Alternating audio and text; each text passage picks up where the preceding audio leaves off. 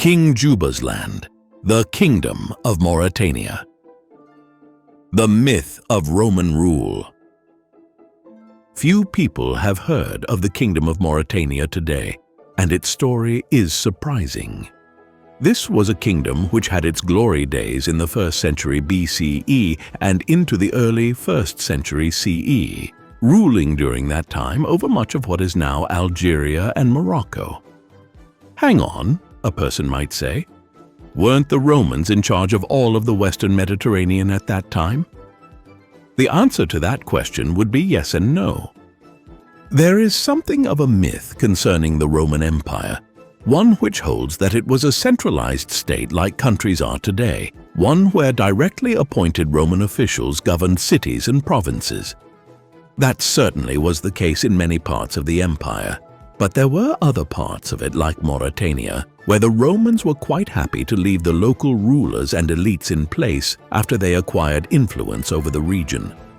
As long as the ruler acknowledged Rome's overall authority and paid tribute to it, he or she could remain in place as a client king. This was the dispensation arrived at for the Ptolemaic Kingdom of Egypt, the Kingdom of Judea, the Thracian Kingdom in what is now Bulgaria, the Nabatean Kingdom that ruled over Petra in Jordan, and the Kingdom of Mauritania in North Africa. In fact, the period of being a client state of Rome was actually the golden age of Mauritania, Atlas's kingdom.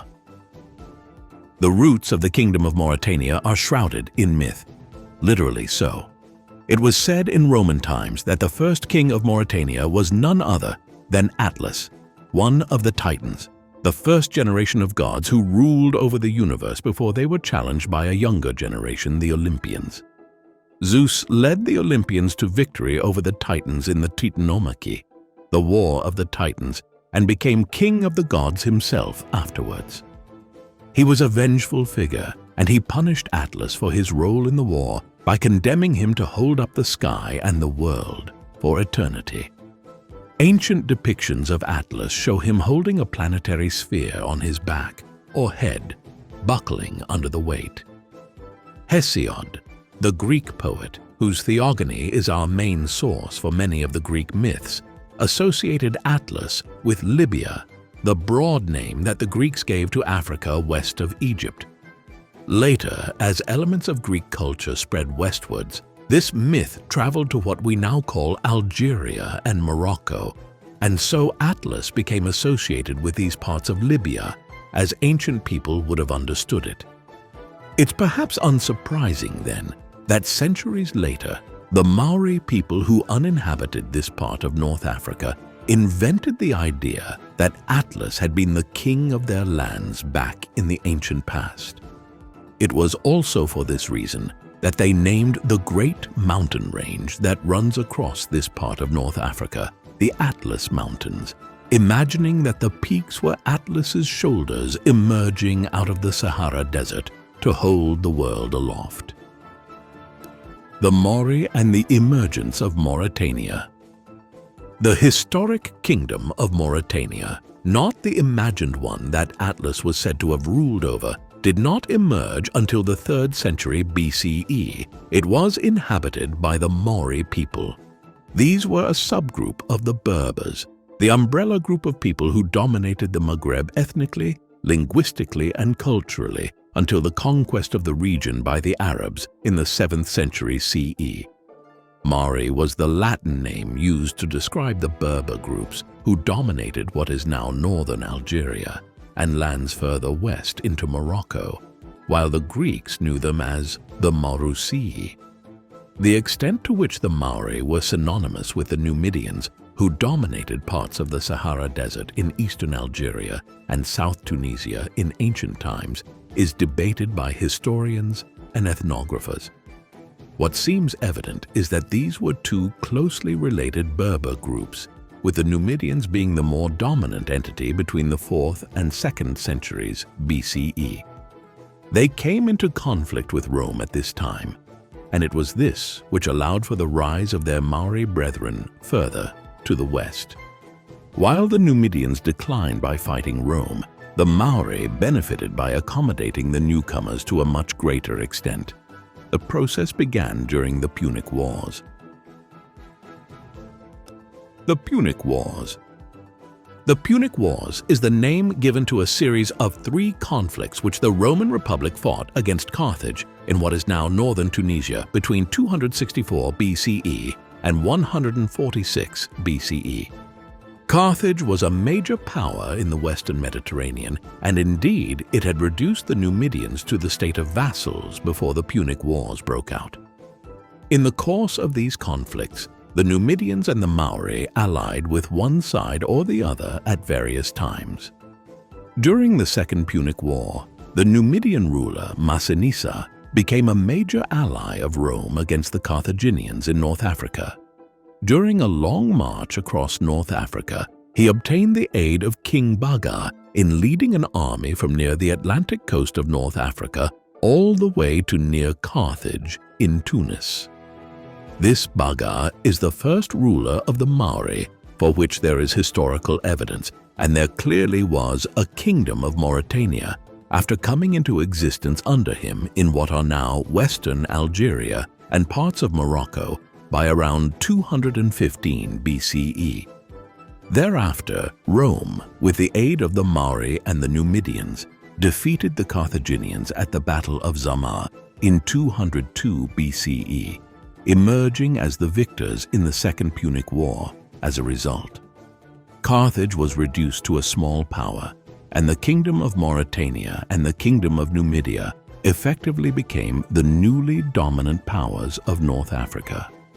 Further wars over the next century would bring an end to Carthage altogether and allow the Mauritanians to also acquire control over much of Numidia. The Jugurthine War and Roman clientage.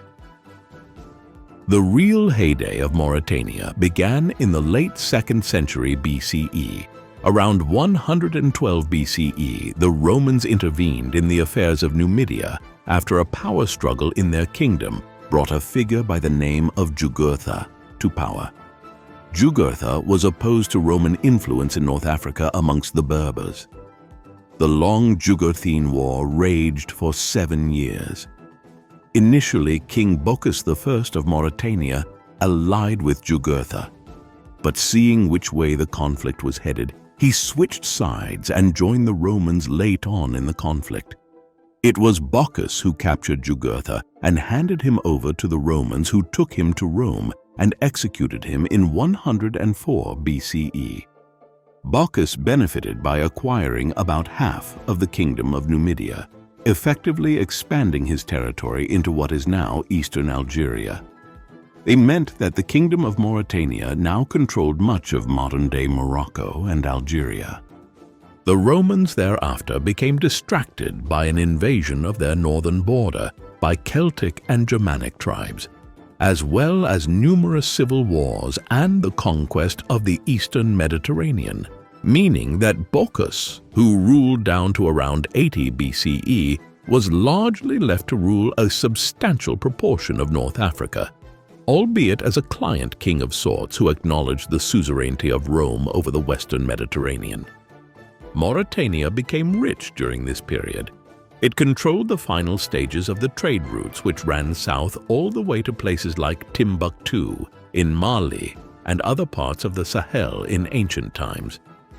Through these exotic goods were brought to the Mediterranean world, and trade flourished with the Romans, notably in a range of animals like lions, leopards, and elephants that were sent to Rome to the amphitheaters, as well as gold and salt. Mauritanian soldiers were also well regarded by the Romans as light cavalry fighters and were hired in large numbers as auxiliaries. Several Mauritanian rulers like Bocchus II were also able to benefit substantially from playing one side off against the other when it came to the Roman civil wars of the 1st century BCE, expanding their domains and paving the way for the golden age of Mauritania under Juba the Great. Juba the Great. Juba was a Berber who rose to the throne of Mauritania as a young man in his 20s in 25 BCE. This was just 2 years after Caesar Augustus had implemented a series of reforms at Rome, which are seen as ushering in the Roman Empire and bringing the Republic to an end. Juba had himself spent much of his youth in Rome, where his family had allied with Augustus's great-uncle, Julius Caesar. There he learned Latin and Greek and immersed himself in Roman culture. It was consequently a highly educated and urbane ruler who took over as the client king of Mauritania in 25 BCE. It was also an era of unprecedented peace in the Mediterranean world after centuries of endless conflict. Juba oversaw a golden age of Mauritania here. He built a great capital on the northern coast of the kingdom, one which he named Caesarea in honor of his benefactors. It is known as Churchill today. Here he oversaw a major building project which incorporated Greek, Roman, and Egyptian architectural influences. If the inclusion of Egyptian architectural forms seems unusual, it should be borne in mind that right around the time that he became king of Mauritania, Juba also married Cleopatra Selene, a daughter of Cleopatra, the last ruler of Ptolemaic Egypt, and her husband, Caesar's foremost general, Mark Antony. Antony and Cleopatra had opposed Augustus's rise and committed suicide after being defeated by him in a brief war in the late 30s BCE, but the fate of their children is often overlooked. Cleopatra was married off to Juba. The marriage was a successful one, with Juba and Cleopatra overseeing the development of Mauritania as a cultural successor to Ptolemaic Egypt, a kingdom which had been the center of learning in the Mediterranean for 3 centuries. No one was more central to this than Juba himself. He was a scholar king and composed a great many books and treatises on everything from Greek and Roman history to geography, anthropology, and cultural observations. Unfortunately, like so many of the writings of the ancient past, the vast majority of these texts have not survived, though fragments of many of them are still extant today. Some are quite valuable. For instance, a geographical survey of the Arabian Peninsula which he wrote was one of the major works written in antiquity on a region of which the Romans were only then acquiring detailed knowledge. Juba even wrote on subjects such as archaeology and a discussion of the manner in which Rome was indebted to Greek culture. Despite his works not having survived intact, Juba was clearly well regarded as a scholar king, and fragments of his writings have survived in the works of dozens of subsequent authors who regularly quoted him and considered him an authority on a range of matters. Amongst Juba's many writings was a copy of the text of the explorations of Hanno the Navigator, a 5th century BCE Carthaginian explorer who had voyaged down the western coast of Africa, possibly as far as modern-day Nigeria. This is noteworthy, for Juba not only took a theoretical interest in exploration, but a practical one too. Although detailed information is scant, it seems clear that he patronized explorations along the western coast of his kingdom, sending voyages to the Canary Islands and the island of Madeira. Indeed, the name for the Canary Islands derives from the voyages of exploration Juba sent out and his writings thereon. The Latin name for the archipelago was Canaria Insulae, meaning islands of the dogs. This comes from Pliny the Elder's reference in his famous encyclopedia, The Natural History, to Juba describing the islands as full of unusual dogs, something which was probably a reference to the sea dogs or monk seals here in ancient times. The Romans were also surely building on information collected during Juba's reign when they sent their own expedition under Suetonius Paulinus south over the Atlas Mountains into the Sahara Desert and beyond to the Sahel region in 41 CE. Ptolemy and the end of Mauritania. Juba the Great ruled Mauritania down to 23 CE, a reign of just under half a century. Upon his death, he was laid to rest in a great mausoleum, which he had built on the road between his capital at Chachel and modern-day Algiers. It is an unusual building, one which combines a sort of pyramidal roof in honor of his wife's Egyptian heritage, while also mimicking the tombs of prominent Roman families. He was succeeded by his son Ptolemy, named after the long line of Ptolemaic kings of Egypt. Ptolemy was a figure who had spent much of his youth being educated in Rome and in Greece. At first his reign went well, but he soon fell foul of Caligula, the allegedly mad emperor who ruled for a short period between 37 CE and 41 CE, at which time he was murdered by the Praetorian Guard at Rome. Just a year before this, Ptolemy had been summoned to Rome, and there he was killed on Caligula's orders. The emperor's motives are unclear. One fanciful story told by the Roman historian Suetonius has it that Caligula was miffed at Ptolemy's clothing choices. Far more likely is that the young emperor wanted to simply impose more direct Roman rule over Mauritania. A brief rebellion in North Africa followed, but in the end the Kingdom of Mauretania was divided up into two new Roman provinces, Mauretania Tingitana and Mauretania Caesariensis. The boundaries of the modern-day countries of Morocco and Algeria have been substantially influenced by this division. The actions of Caligula in 40 CE brought the Kingdom of Mauretania to an end, and it would not re-emerge under a new client king, though the Berbers remained dominant here despite the development of a number of Roman colonies on the northern Mediterranean coast. 2 centuries later, in 217 CE, Macrinus would rise to become Emperor of Rome. He was a Berber who hailed from Mauritania, though his reign proved short-lived.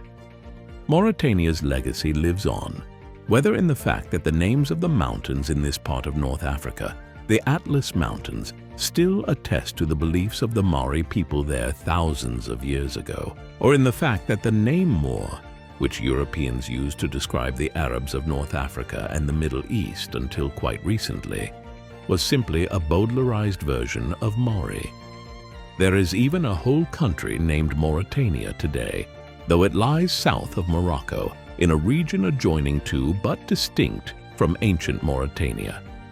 If you enjoyed this video, hit the like button. Subscribe to the channel to show your support and watch more content like this. Let us know your thoughts in the comments. That's it for now. We'll see you in the next one.